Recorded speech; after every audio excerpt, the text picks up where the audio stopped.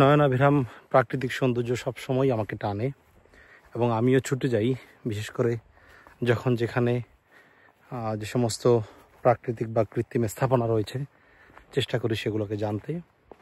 তো সেই রকম করেই অনেকটা আজকে ভাড়াউড়া চা বাগানের যে সবচেয়ে উঁচু যে টিলা, এটাকে শঙ্করটিলা নামে এটা পরিচিত। এখানে সনাতন ধর্মাবলম্বীদের পরমেশ্বর শিবের লিঙ্গ এবং শিবের মূর্তির পূজা করা হয় এবং যেহেতু তারা প্রতি সপ্তাহে সোমবার এখানে পূজা করেন এবং কল্যাণ কামনা করেন, মঙ্গল কামনা করেন, সেই হিসাবে শিবের অপর নাম হচ্ছে শঙ্কর এবং এটি একটি উপাধি। সেই সূত্রেই মূলত এই টিলাটির নাম হচ্ছে শঙ্কর টিলা। দাদা, শঙ্কর টিলাটা কোন দিকে? উপরে না, এদিকটা? হ্যাঁ, আচ্ছা।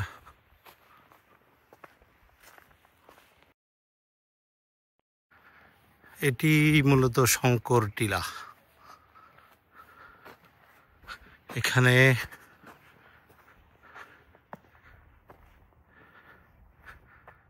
শিবলিঙ্গ রয়েছে, পাশাপাশি শিবের মূর্তি।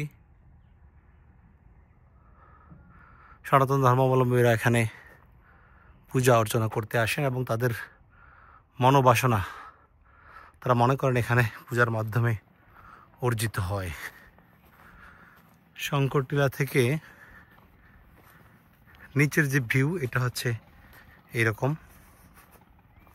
এখানে দৃশ্য দেখলে মনে হয় যে আসলে এখানে যে রান্নাবান্না হয়, বিভিন্ন অনুষ্ঠান আয়োজন করা হয়, মেলার আয়োজন করা হয়।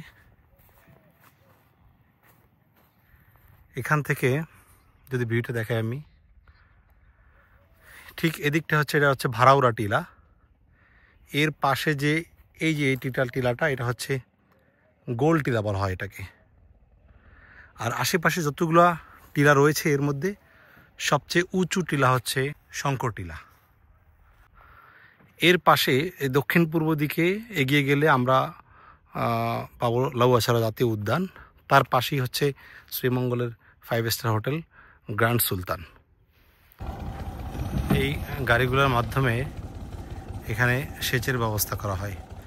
যেহেতু চা পাতা বা চা গাছ নিয়মিত পানি দেওয়া লাগে, তবে জলাবদ্ধতার সৃষ্টি হলে চা পাতা, চা গাছ, বিশেষ করে চা গাছটা টিকে না। ফলে সেচ ব্যবস্থাপনাকে সবসময় গুরুত্ব দিতে হয় এখানে। দাদা, এখানে ইয়ে হয় কবে? অনুষ্ঠান পূজা অর্চনা হয় কবে? আমরা মানসিক থাকলে করা যায় সব দিনে। আর এমনি সগরাজ যে গেছে না, হ্যাঁ হ্যাঁ, সরাতে আমাদের সারা রাত জাগরণ হয়েছে, মহাপ্রসাদ বানানো হয়েছে। আচ্ছা আচ্ছা, এটাই তো বুরবুরা লেক নাকি? হ্যাঁ হ্যাঁ, বুরবুরা লেক আমি শুনছি, কিন্তু আসলে বুঝতে পারি না যে মূল এটা কোনটা। সামনে আছেন, আরো সুন্দর লাগবে, বড় টিলা। হ্যাঁ, শর্টকাট বার হয়ে যাবে। শর্টকাট আপনি যে রাস্তা আছেন যে, চলেন চলেন চলেন।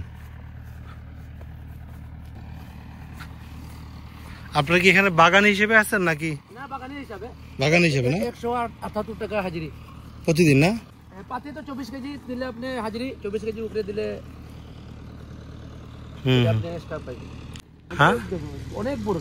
হ্যাঁ হ্যাঁ, ওই দিক থেকে শুরু নাকি? হ্যাঁ হ্যাঁ, ওইখান থেকে শুরু হয় এদিক পর্যন্ত না? ওই যে বালিয়ার দেখা যাচ্ছে।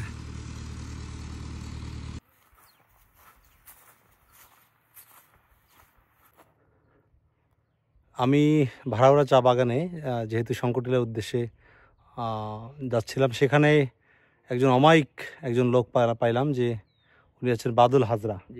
যেহেতু এখানে একেবারেই জনাকীর্ণ অবস্থা, এখানে একটা সময়ে প্রচুর ক্রাইমও হইতো এবং শঙ্করটিলা ওখানে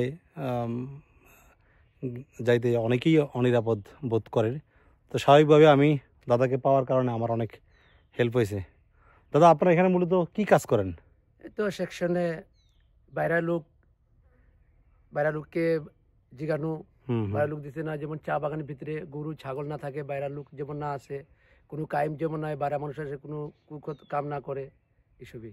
আচ্ছা, এখানে নাকি কয়েকদিন আগে একটা খুনও হয়েছিল, যে নাইজেরিয়ার নাকি কোন দেশের নাগরিক, এটা কি এখানে না অন্য জায়গায়? অন্য জায়গা হয়, এই জায়গাতে না। এই জায়গাতে না? আচ্ছা। আর আপনারা মূলত কাজটা কি করেন এখানে চা বাগানে? চা বাগানে তো মহিলারা পাতি তুলে 24 কেজি দিলে হাজিরি হয়, এটার মধ্যে একটা 24 কেজি উপরে দিলে একটা হাজিরি হয়। আচ্ছা। আর আমার ছেলেরা অনেক চারা রোপণ, চারা কাটা কাজ। তো দাদা আপনার সাথে কথা বলে ভালো লাগলো আমার। হ্যাঁ, আমি আসলে একটু সুযোগ করে আমি আসছি ঘুরতে। হ্যাঁ, জি আছেন। তা আমি আসলে একাই ঘুরতে স্বাচ্ছন্দ্য বোধ করি, যদিও অনেক সময় রিস্কি হয়। হুম।